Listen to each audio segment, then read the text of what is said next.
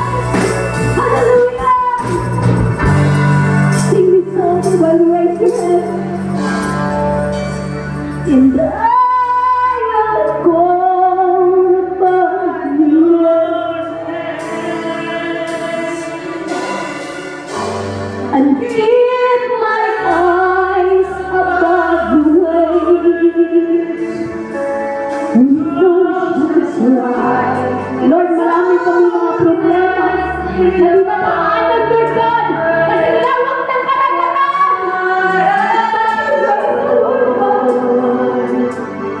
Hindi mo kami iiwan. Hindi mo kami iiwan. That is your promise to everyone who believes in you. Hallelujah. Hallelujah. All I need is you, Lord. Is you, Lord. All I need is you.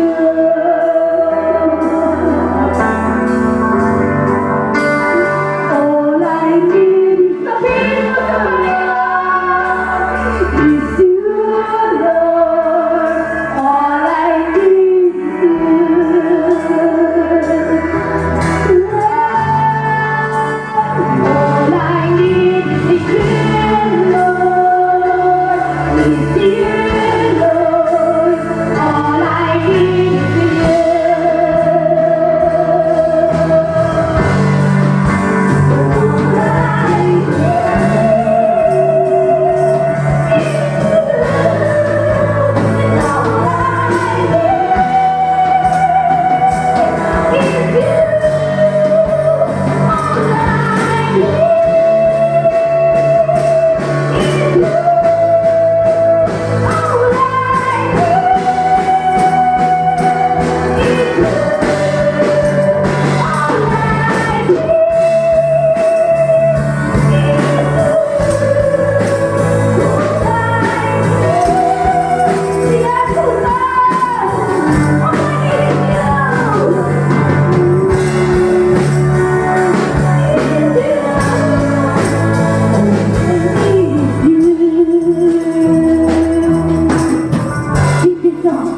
All I need is you, Lord.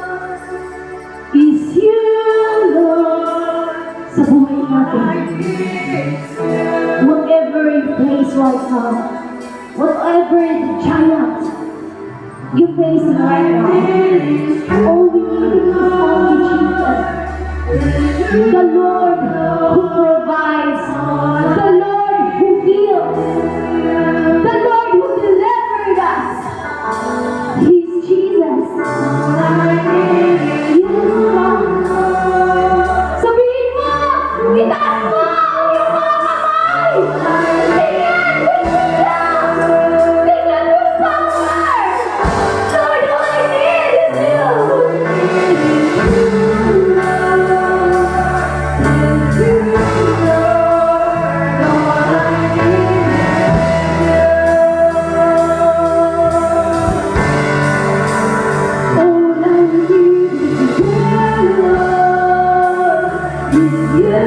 Lord, all I need is you. Just talk to the Lord. Talk to God.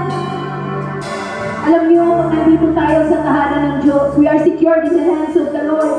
And it is the right time to pray, to talk to the Lord. When we're praising God, remember in the Bible, Silas and Paul in the jail, when they worship the Lord, hallelujah, natanggal ang kaligala ng kulungan, mga kapatid, and that is the power of God when you worship Him. There is a power when we worship the Lord. Truly, there is power and healing. Huwag mong harap problem. May mga malalaking hinaharap.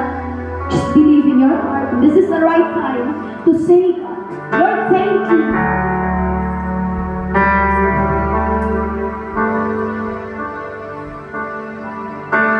Alalahanin mo, tawag. Sing it, Jesus, you're worthy. Jesus, you're worthy. Every cry and song is all for your glory. Every soul is one. Oh, sing it. I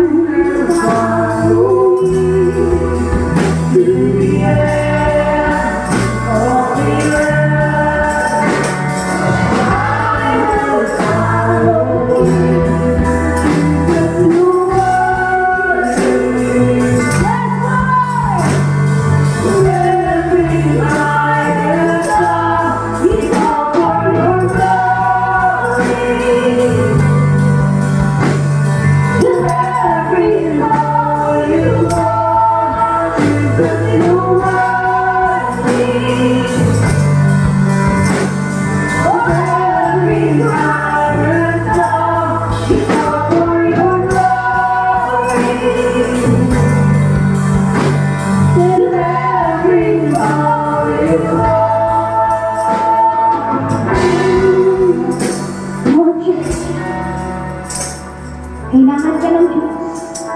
Kailangan ng Diyos ang buhay mo. Because the harvest is ready. The harvest is ready. The fields are ready. Hallelujah. He needs us. God wants us. Come on, church. We have to go.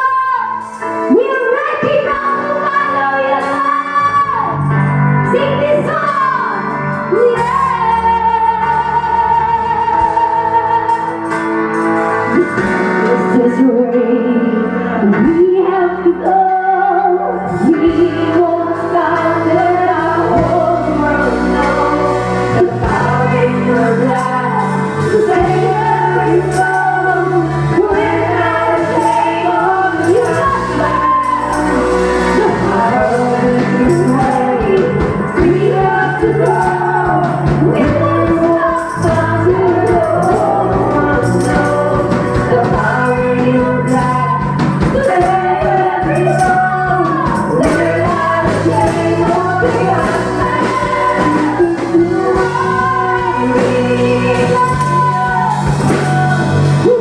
every pride and all is for your love. Every song is one. We have to go.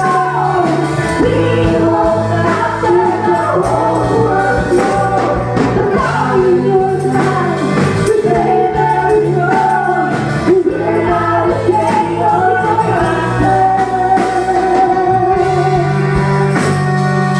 Church, may tawag ang Diyos sa'yo. May tawag ang Panginoon kung bakit niligtas ka ng Panginoon. God has called you to preach His gospel. And don't be shy to do it. Don't be shy to preach. Don't be shy to open your mouth. Everything that God leads you. Mga kapatid, naintindihan ba natin? Mga kapatid, ang panahon ngayon ay pasama na ng pasama. And many souls are lost. God wants us to save the lost. Hindi bababa ang Diyos para siya pa ang mag-preach. I want to give you a short testimony of mine. Last week when we go to the San Jose Antique to renew the passport of my husband, you know what? There's a girl besides me, and I heard their conversation on the phone, and she cried. I don't know what is the problem. She cried, and she said that God only knows the healing of my father.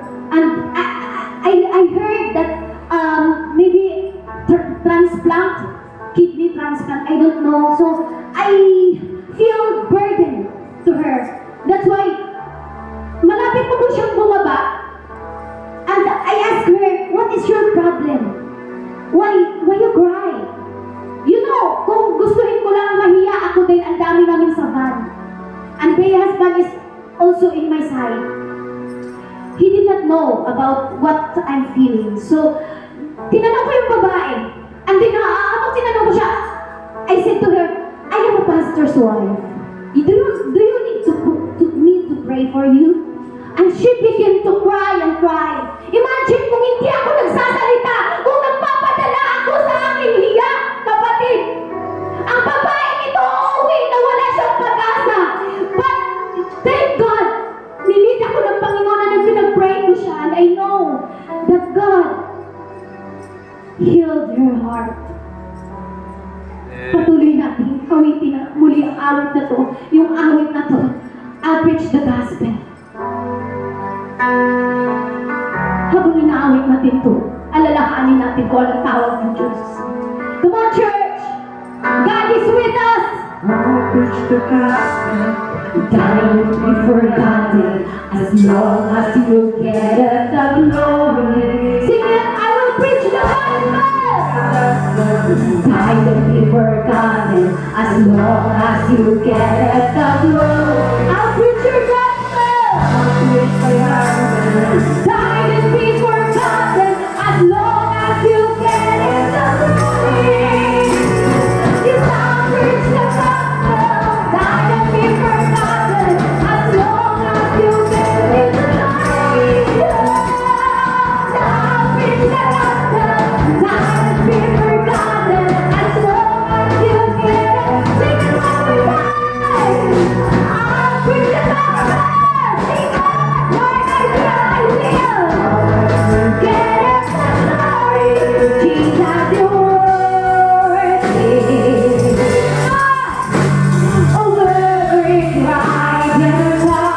It's all for your glory. Worthy for His word. Yes. Hallelujah. Thank you, Jesus, for all the Lord. Thank you, Jesus. Hallelujah for saving us. Thank you, Lord, for that goodness in our lives. Thank you, God. Hallelujah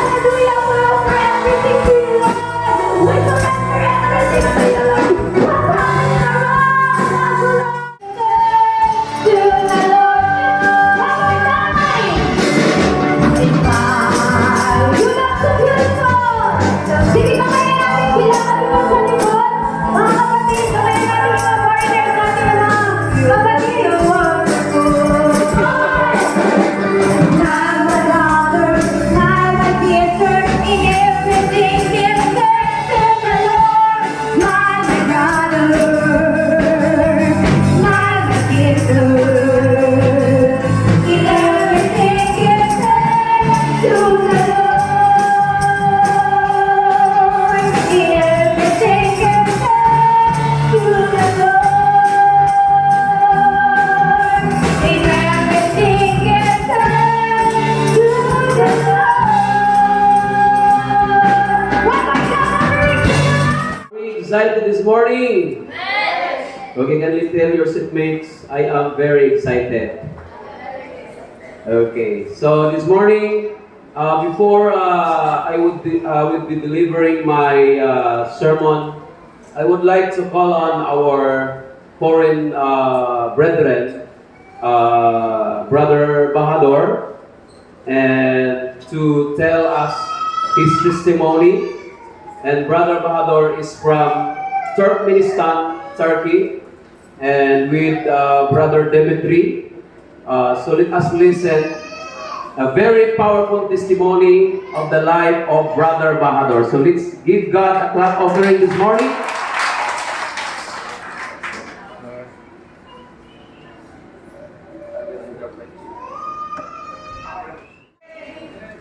You know, God can make real miracle in our life. And I want to tell you today this my testimony, and my brother Bahadur can continue it. First of all, I want to tell you about my past. My past. Almost already 2 years ago, I arrived to the Philippines. And I remember my past, how it happened, what I felt in that moment. I felt, you know, it was scary, to be honest. It was scary, but I felt I am not alone. Someone was beside me. Many times I asked myself, what is it in my heart? And I knew, even before, I felt that God was beside me. God helped me to understand how to start new life in another country. It's difficult, of course. I felt that I am a bit, maybe just for a few minutes. I felt loneliness, but it's only a few minutes.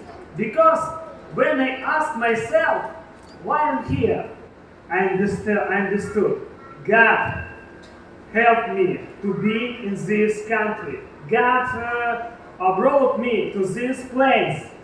And my story is not only one story. It's not a story only about me. Similar situation happened with my brother in Christ, Bahadur.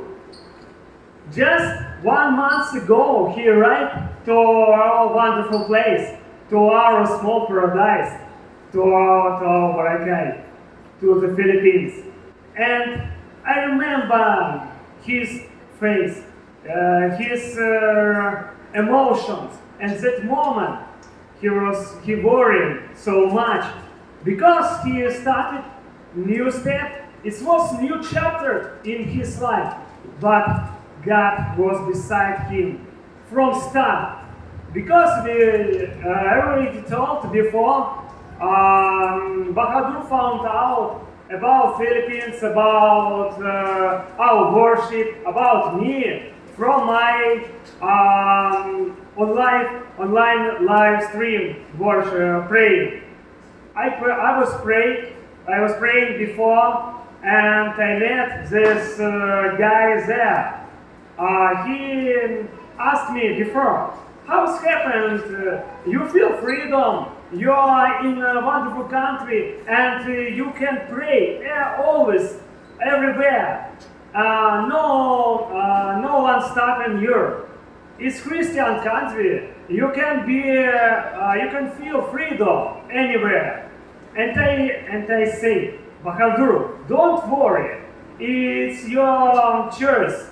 It's your opportunity. You can go here and be beside Jesus also, like me. You can start new life. And Bahadur decided. Bahadur done it. Bahadur already here. And one month ago, he arrived to our church. He arrived. And it was not joke.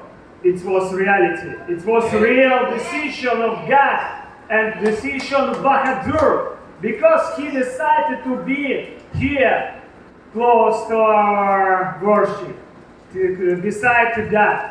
And you don't know already, he got baptized. Just it was few days ago, but he's so happy. And now I have only one question for my brother in Christ. What did you feel before, and what do you feel now? Can you tell us, my brother? Hello, beloved brothers and sisters. I feel before so boring. I feel before loneliness. I feel before loneliness. I leave my faith inside of me. I cannot share my faith. I cannot share my hoping. I cannot share my worrying with another people's. Share. Yes, I can share. I pray lonely in home only because before I grown in countries where is not popular Christianity. There is less people in Christ. But now I feel all of me inside freedom. I feel so truly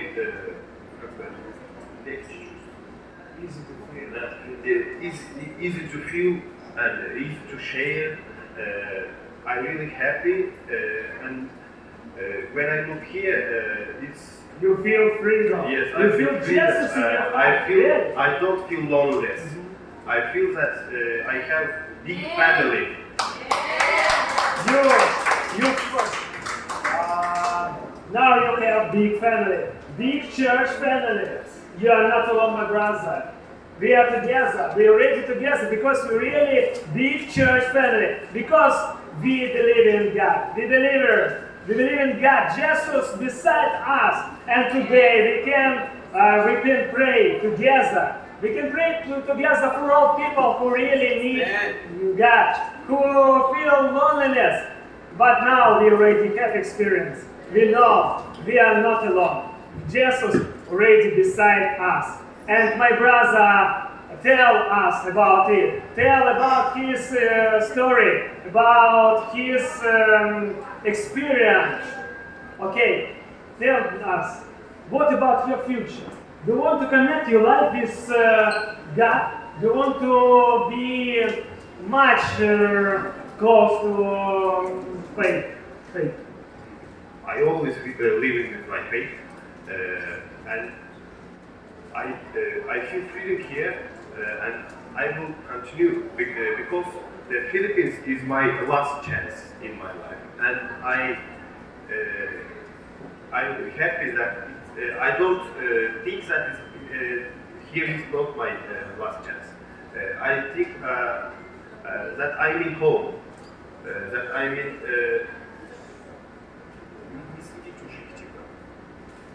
not from.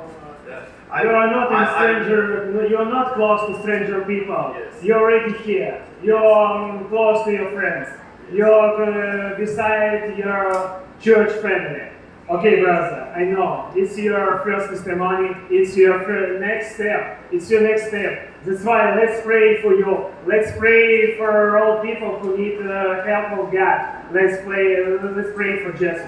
Right now, together. I will start. You will continue. Okay? Okay. Our Heavenly Father, I want to pray for you now. I want to pray. I want to call your name because we need your help. You need your help always and even now in this wonderful day because we need feel your presence in our heart always. Only you, my dear God, only you can help us. And now you already showed for us. You done big work for us. You helped one more person received your help, and he feel freedom. He started new chapter in his life, and I am so grateful for you, my dear brother, my dear God, my Lord. I love you, and I want to call your name in Jesus' name. Your name. I want to ask again. Please help for all people who really need you, who really need your support anywhere. I know lots of people, lots of Filipinos now are so far away from house, from their home, but they believe in God. They know Jesus can help them anywhere because they believe in Jesus. Jesus always inside of them heart. And today we pray for all people who really need it. My brother, you can continue on. Okay, just let's pray. Let's pray together. And we know if our heart is open, always open, we can help, we can support offer our God. Because we know we pray again. In Jesus' name, we want to say again without stopping, Jesus, we love you. We love you, our God. We love you because you're really our Heavenly Father. You're really our friend. You're really our helper. Everywhere we call you. Everywhere we understand you. Because only you, Jesus, you are beside us. And today I want to say for you, thank you so much for your support. Thank you so much for your help. We believe in you. We love you, Jesus. Amen. Hallelujah.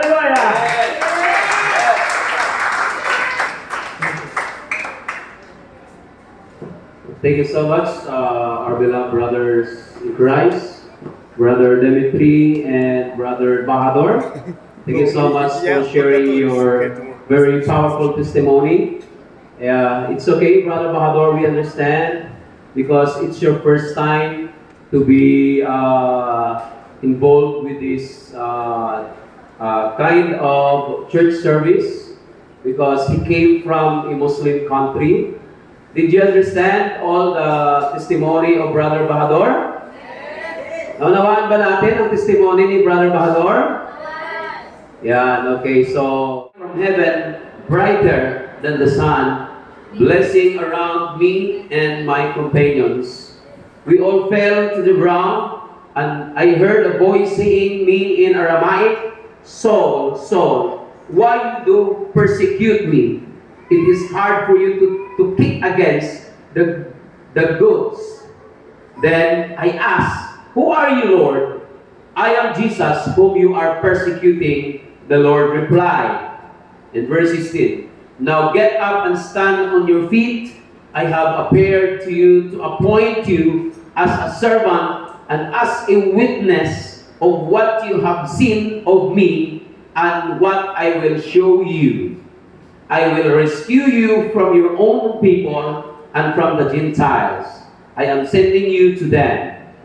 In verse 18, to open their eyes and turn them from darkness to light and from the power of Satan to God, so that they may receive forgiveness of sins and a place among those who are sanctified by faith in me. So God bless the reading of His Word this morning. So this morning, I will be focusing in verse 16. In verse 16 says, "Now get up and stand on your feet. I have appeared to you to appoint you as a servant and as a witness of what you have seen of me and what I will show you." Amen. So, can we tell the people next to you, God saved you to be His witness? Amen. Amen. Who among here believe that God saved us to be His witnesses? I said, sinong naniniwala dito na niligtas tayo ng Diyos para tayo ay magpatotoo para sa Kanya? O, hina pa rin ng amen. Kahit tinagalog ko na. Gising ba kayo? I said, are you still awake? Okay, if you're still awake, just shout, hallelujah! Okay, so this morning I will be sharing to you the topic, the power of testifying God's goodness. The power of testifying God's goodness. Okay, we must not underestimate the power of testifying of what God has done for us.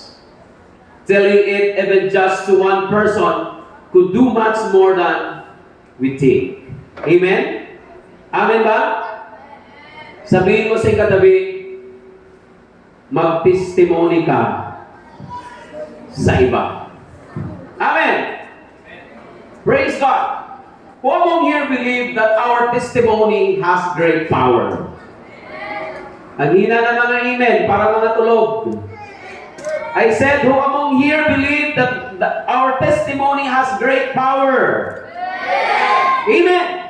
That's why our Lord Jesus, so the text that we had read, it was the story of Saul before he became Paul, Apostle Paul. So he was Saul before, and the story is Saul is the one of the persecutor of all the Christians in the early Christian time. And then he wants all the Christians to be persecuted and executed. Gusto niyang patayin ang mga Kristiyano, and then he was his way to Damascus, and then while he was in the road of Damascus, then the glory of our Lord Jesus Christ shone upon him. Nagpakita ang Panginoong Hesus sa kanya, and then siya'y nabagsak. He was fell on the ground and heard a voice saying to him in Aramaic, "Saul, Saul, why do you persecute me?" And then Apostle Paul replied, "Who are you, Lord?" And our Lord Jesus replied, "I am Jesus, whom you are persecuting." The Lord replied. And then in verse 6, the Lord said to Apostle Paul, "Now get up and stand on your feet. I have appeared to you to appoint you as a servant and as a witness of what you have seen on me and what I will show you." Amen. Can we tell your seatmates, God appointed you to be His witness. Amen. Amen. So this morning, our topic is the power of testifying God's goodness. There is power of testimony. Amen. That's why we have a lot of testimony this morning. And thank you so much for that powerful testimony of Kuya Lito. Amen. That one of his son has, accident, and it broke his leg, and it cost them more than 300,000 just to fix the broken leg, the bones of his leg. And thank you so much for that powerful testimony that God provides. Amen? And also the testimony of Sister Elena, one of our new member or Bible study member in Hagdan. And that was also so powerful because, they were in a family of chaos. Amen. Her husband, he is or he was bound with so many vices. Talagang punong-puno po ng bisyo yung kanyang asawa, and ang kanyang asawa ay talagang sakit or tinik sa lalamunan sa mga pulis sa kanilang lugar. But praise God, when they have encountered the power of the Lord Jesus Christ, and our Lord Jesus changed their lives. Amen? Amen? And thank you so much for the powerful testimony of Brother Dimitri with Brother Bahadur this morning. That Brother Dimitri, he just made live streaming and posted on social media in YouTube and in Facebook. And thank you so much also, Brother Dimitri, for your great help to make our YouTube channel. And for your information, we have already our YouTube channel. So just watch and subscribe our YouTube channel. Amen. And just help us to patronize it so that the YouTube has a huge crowd or a huge people that we can capture. The YouTube, unlike the Facebook, because mostly of the people in the whole world, they are used to watch YouTube. So that's why we should have a YouTube channel. And thank you so much, Brother Dimitri, for your great help of that. My request to you. And Brother Dimitri now is our official photographer. We should testify. Wow, what a very powerful testimony by Brother Dimitri. When he posted his live stream prayer about the whole nation and to all the people in the whole world, and then Brother Bahadur saw it, and Brother Bahadur commented on that video, and he said, "Can you please help me? I want to be like you. I want to pray like you. I want to serve God in a free country because I want to express my faith in God freely."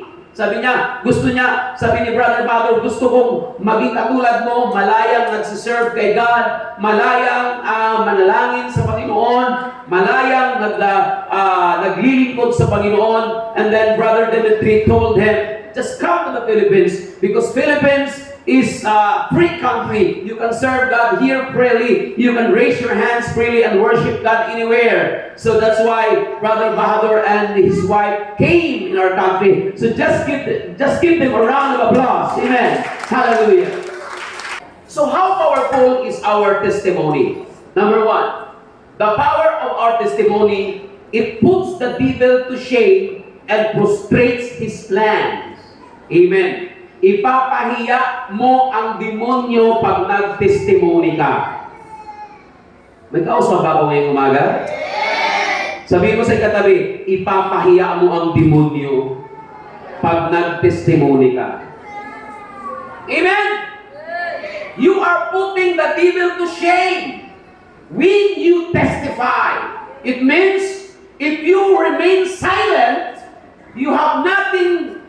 You are doing nothing. You are not testifying to your neighbors. You are not testifying to your seatmates. You are not testifying to your classmates. You are not testifying to the people around you of what the goodness of God had done in your life. Then the devil is so happy. Amen. Masayang-masaya ang demonyo pag hindi ka nag-testimony. Amen. Hallelujah. Praise God. So in Revelation chapter 12, verse 11, can we read this aloud together? 1, 2, ready, go. They conquered him by the blood of the Lamb. Are you still with me? Kasama ko ba kayo? Parang wala kayo sa mga attention ngayon. Ha? I said, can we read aloud together? 1, 2, ready, go.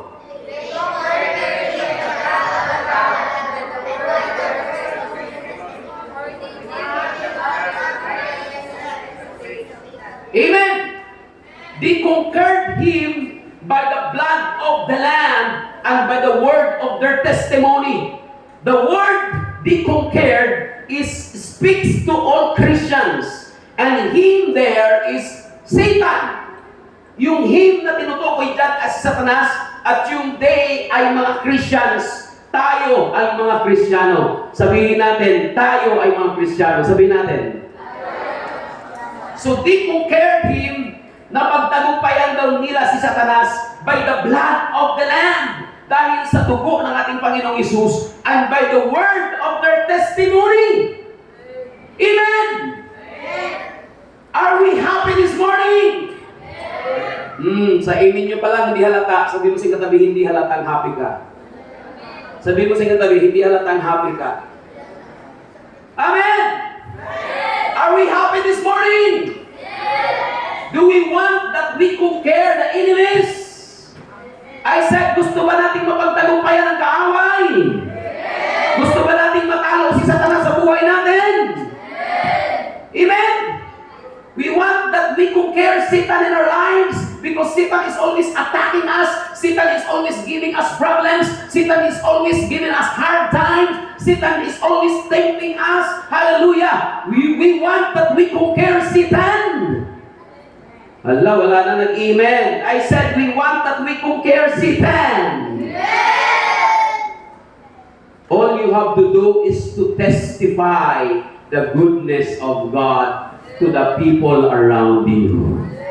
Amen. The secret to conquer or to defeat Satan in our lives is to testify the goodness of God in your life. Amen. Hallelujah. So, secondly, how powerful is our testimony? It is the confirmation of our faith in God. It is the confirmation of our faith in God. It means in Tagalog, ito'y nagpapatunay na totoo kang naglilingkod sa Diyos when you testify. Amen? Sometimes, when good things happen to people, they credit it to chance or luck, or maybe their own abilities and strengths. Amen? Some people who did not believe God, yung mga tao daw na hindi naniniwala sa Diyos, when good things happen in their lives, and then they say, oh, you have a good luck. No? Swerte ka. Sabi sa Tagalog, swerte ka. Yung mga tao hindi naglilingkod sa Diyos, sabihin, swerte mo naman, ang swerte mo naman, nangyari sa iyo yan, ang swerte mo naman, nagkaroon ka ng ganyan. Amen. Ganun po ang sinasabi ng mga Kristiyanong hindi, ang mga taong hindi naglilingkod sa Diyos. Pero mga kapatid, tayong mga anak ng Diyos, when we testify, we actually confirming in whom our faith lies and acknowledging in whom we believe in. Amen? Sinong naniniwala na lahat ng gawa ng Diyos sa ating buhay ay galing sa Kanya? I said, sinong naniniwala na lahat ng pangyayari sa buhay natin ay gawa ng Diyos? Amen? So the steps of a righteous man and woman are ordered by the Lord. Amen. The steps, every step we take, every step we take. That's why there's a song that says like that. Every move I make, I'm making you. We move Jesus. Amen. Can you correct my beloved wife? You make me move Jesus. No. Every move I move, I'm making you. You make me move Jesus. Amen. So that is biblical. That is biblical, brothers and sisters in Christ, because it says in the book of Psalms that every step of a righteous man are ordered by the Lord beforehand. Bago pa daw tayo humakbang, ang bawat lakad ng ating buhay ay inaayos na ng Diyos. Ibig sabihin, lahat ng bagay na nangyari sa buhay natin ay kagagawa ng Diyos. Amen. Sabihin mo sa katabi, lahat ng bagay na nangyari sa buhay mo, kalooban ng Diyos. Amen?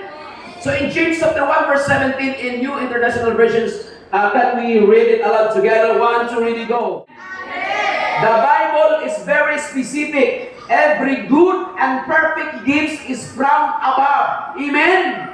It means every bad things happening in our lives is from the devil. Naunawaan niyo ba? Naunawaan niyo ba? I said every good and perfect gift is from above. It means every bad things that happen in our lives are from the devil. God only allows it. Hinahayaan lang ng Diyos na gawan tayo ng masama to test us. Amen? To test our faith. Amen? if we still continue serving God, if we still hold fast and stand firm in our faith. That's why God allows devil to attack us, to give us hardship, to test us. Hallelujah. That's why the Bible is very specific in James chapter 1 verse 17. Every good and perfect gift is from above. So your beautiful seatmates and your handsome seatmates, they are perfect from the Lord. Sabihin mo sa katabi, you are perfect from the Lord. Sabihin mo sa katabi, you are perfect from the Lord. Amen! Okay. Sinong sometimes I have some question in my mind, with my life, and then I question God. God, are you sure this is your plan to me? To become a pastor, to live here in Boracay? And sometimes, me and my wife had some troubles in our relationship. And sometimes I got questioned with God also. Are we compatible, God? Is she your perfect gift to me? And you know why? When I questioned that question to God, on the night I had dream. No? Nagkaroon po ako ng panaginip that on my dream, I am carrying my wife. She is dying, and I am carrying my wife on my dream. And I saw a focus light from heaven. You know the focus light that is using some parties here in Boracay. Nakita na kayo ng searchlight, yung searchlight na ang pati sa langit umaabot yung kanyang ilaw pag may mga party at mga hotel dito sa Boracay. So I saw that kind of light from heaven focuses us. So it focused us and then carried us up to heaven together with my wife that I am carrying. So when I wake up and before that dream, I question to God, God, is she compatible with me, or is she my perfect gift to me as as servant of God? And then God answered my prayer that my wife is God's perfect gift to my life. Amen. Amen. Okay, kindly tell the people next to you, your wife. Sabihin ko sa katabi, your wife and your husband is the perfect gift of God to you. Amen. Amen. This morning, get up, my son and my daughter. Stand on your feet, because I have appointed to you to appoint you as a servant and as a witness of what you have seen of me. Gusto ko, sabi ng Panginoong Hesus, maging witness ka sa mga nakikita mo sa akin. And what I will show you, kung ano bang ipapakita ko sa iyo. Gusto ng Panginoon, kung anong ipinaranas niya sa iyo, kung gaano siya kabuti sa buhay mo at sa pamilya mo. Gusto ni Lord, maging witness ka sa iba. Anong ibig sabihin na maging witness? Mag-testify ka sa iba kung gaano kabuti si Lord sa iyo. God is calling many witnesses to be His witness. Tumatawag ang Diyos ngayon ng maraming mga mag-testify sa Kanya. Tumatawag ang Diyos ngayon ng maraming magpatotoo sa Kanya. Kasi ang sabi niya sa Romans chapter 10, hallelujah, ang sabi niya doon, sa huling araw, ang lahat ng tatawag sa aking pangalan ay maliligtas. Pero paano sila tatawag kung wala silang mapapakinggan tungkol sa Diyos? Paano sila makapakinig kung walang nangangaral patungkol sa Diyos? At paano makapangaral kung walang pinapadala? Okay, while we are singing this song, God is calling us to be His witnesses. O Oh, rabasika na makata, rabasika makata, rakaya, rabasika makata. Let us offer our lives to the Lord. Lumapit po tayong lahat sa altar. Let us offer our lives to the Lord. I-offer po natin ating mga buhay sa Panginoon. At sabihin mo sa Panginoon, Lord, I am now ready to be your witness. Come on, church. Come on, come on, come on. With all our hearts, we now stand. Lumapit tayong lahat sa altar. Let us come to the altar. Let us come to the altar. Let us come to the altar. Come on. Come on. Come on. Come on. Come on. Lahat po tayo. Lahat po tayo. Lumapit sa altar. Ihandog natin ang buhay sa Panginoon. At sabihin natin, Lord, here I am. I am ready to be your witness. I am ready to testify your goodness. I am ready, Lord. I am ready. I am ready to testify your goodness. What you have done. What you have shown me. And what you are going to show me. Come on, church. Come on, come on, come on, come on.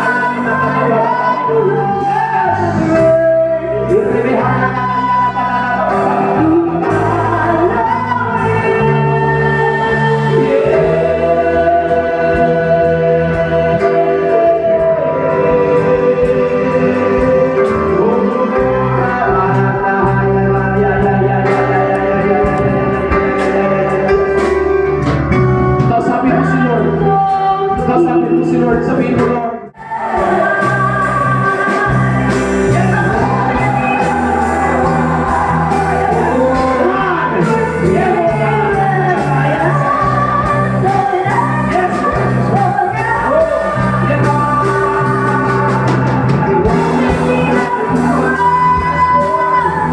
Feel the people right now. Feel the people right now. Feel the people right now. Yes.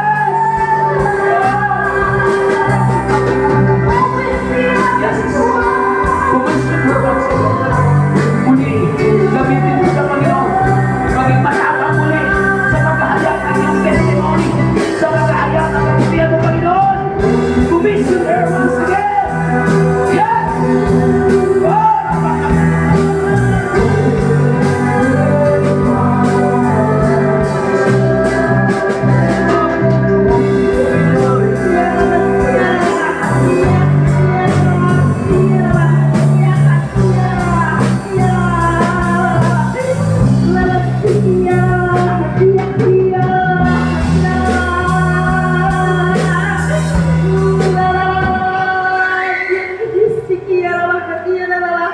Oh, Thank you, Lord. Thank you, Jesus. The Spirit of God is here. He is empowering our hearts. He is empowering our soul to be His witnesses. Taas mo lang yung kamay. Itaas mo lang yung kamay. Kung nararamdaman mong sumigaw, huwag mong pigilin ang sarili mo. We are serving the God of freedom. Huwag mong pigilin ang sarili mo kung naramdaman mo umiyak. Kung naramdaman mo mag-speak in tongues, huwag mong pigilin ang sarili mo. O rabahanda rakaya rabasika rabasika. Dito rabakanda rabasika rabakanda rabakanda. Anoint your people once again, God. Anoint them. In Jesus' name. And listen to the warning of God in partaking our Holy Communion. Whoever therefore eats the bread or drinks the cup of the Lord in an unworthy manner will be guilty concerning the body and blood of the Lord. Let a person examine himself then, and so eat of the bread and drink of the cup. For anyone who eats and drinks without discerning the body eats and drinks judgment on himself. That is why many of you are weak and ill, and some have died. But if we judge ourselves truly, we would not be judged. But when we are judged by the Lord, we are disciplined so that we may not be condemned along with the world. Yumuko tayo lahat mga kapatid, ipikit natin mga mata. Just close your eyes and bow your head. At saliksikin natin ang ating mga sarili, baka mayroon pa tayong mga kasalanan, di pa napagsisihan natin sa altar. So pagsisihan po natin ang ating mga kasalanan para tayo maging karapat-dapat. So let us let God to search our hearts and soul. And if we have specific sin that have not yet asked forgiveness before the Lord here in the altar, just ask forgiveness to the Lord by yourself this morning before we are going to partake in the Holy Communion. Okay, just have a silence for a while.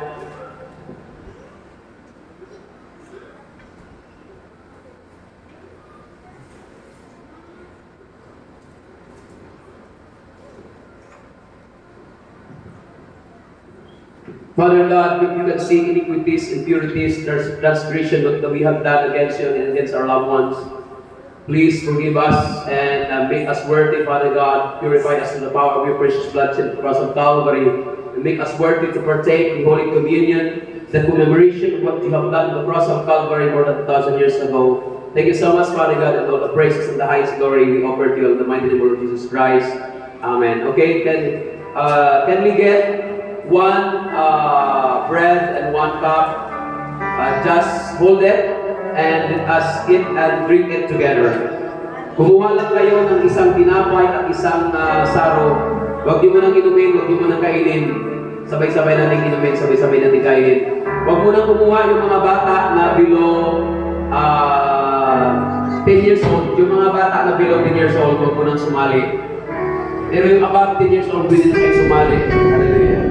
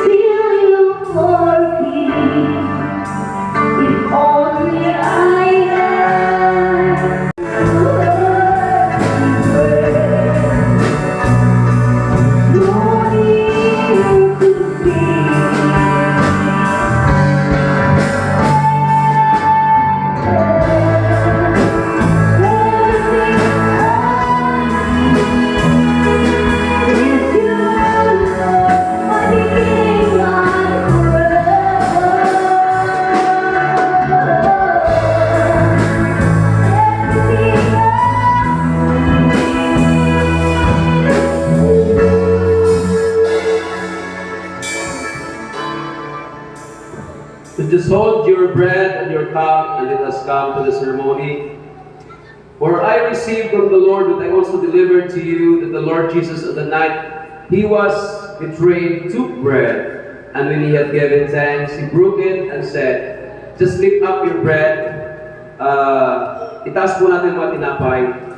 Our Lord Jesus said, this is my body which is for you. Do this in remembrance of me. Let us pray before we are going to eat this bread. This symbolizes the body of the Lord Jesus Christ on the cross of Calvary. Most gracious and loving Father, thank you so much, Father God, that you gave us your beloved and begotten Son, our Lord Jesus Christ, to die on the cross of Calvary.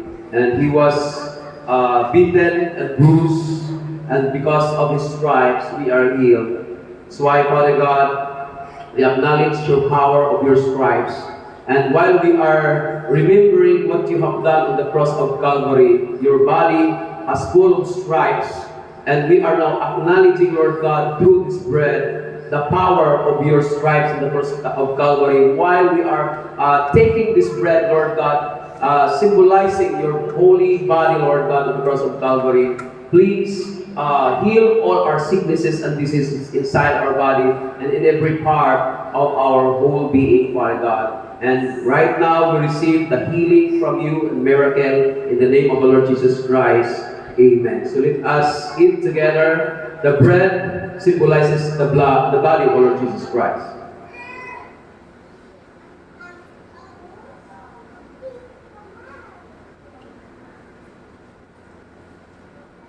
In the same way, also we took the cup after supper, saying, just lift up your cup, taas po natin ating mga saro. And the Lord Jesus said, this cup is the new covenant in my blood. Do this as often as you drink it in remembrance of me. So let us pray before we are going to drink this cup. Symbolizes the blood of the Lord Jesus Christ shed on the cross of Calvary. So let us pray. Thank you so much, Lord Jesus, for shedding your blood on the cross of Calvary. Because the Bible says, without the shedding of the blood, there is no remission of sins. Thank you so much, Lord God, and continue to purify our hearts and make us holy and worthy, Lord God. Most especially before the rapture, Father God, so that we can come with you in the rapture. And thank you so much, Lord God, for making us holy and worthy before your eyes every day of our lives. In Jesus' name, Amen. So let us drink together the cup, symbolizes the blood of our Lord Jesus Christ. Inumin natin na sabay-sabay ang saro.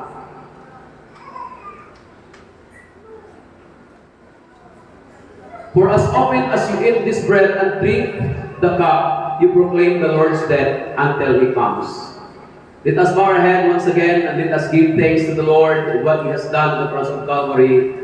For our sake, He experienced excruciating pain and sacrifices, Lord, on the cross of Calvary just on our behalf. So just give thanks to the Lord this morning. Hallelujah. Pasalamatan po natin ang Diyos sa Kanyang ginawa. Abang tayo na kayo po nakapigil, pasalamatan natin ang Panginoon.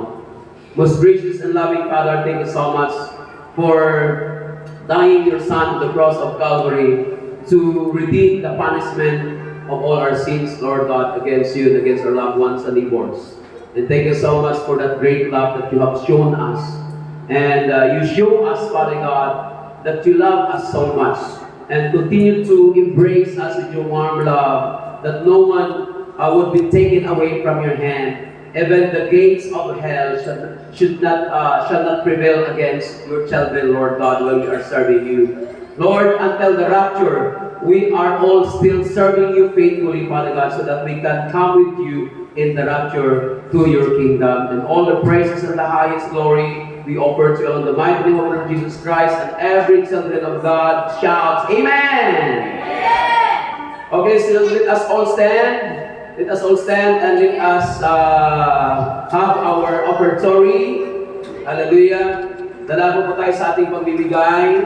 Amen. Hallelujah. Brad, pakidala dito yung ating offering box dito.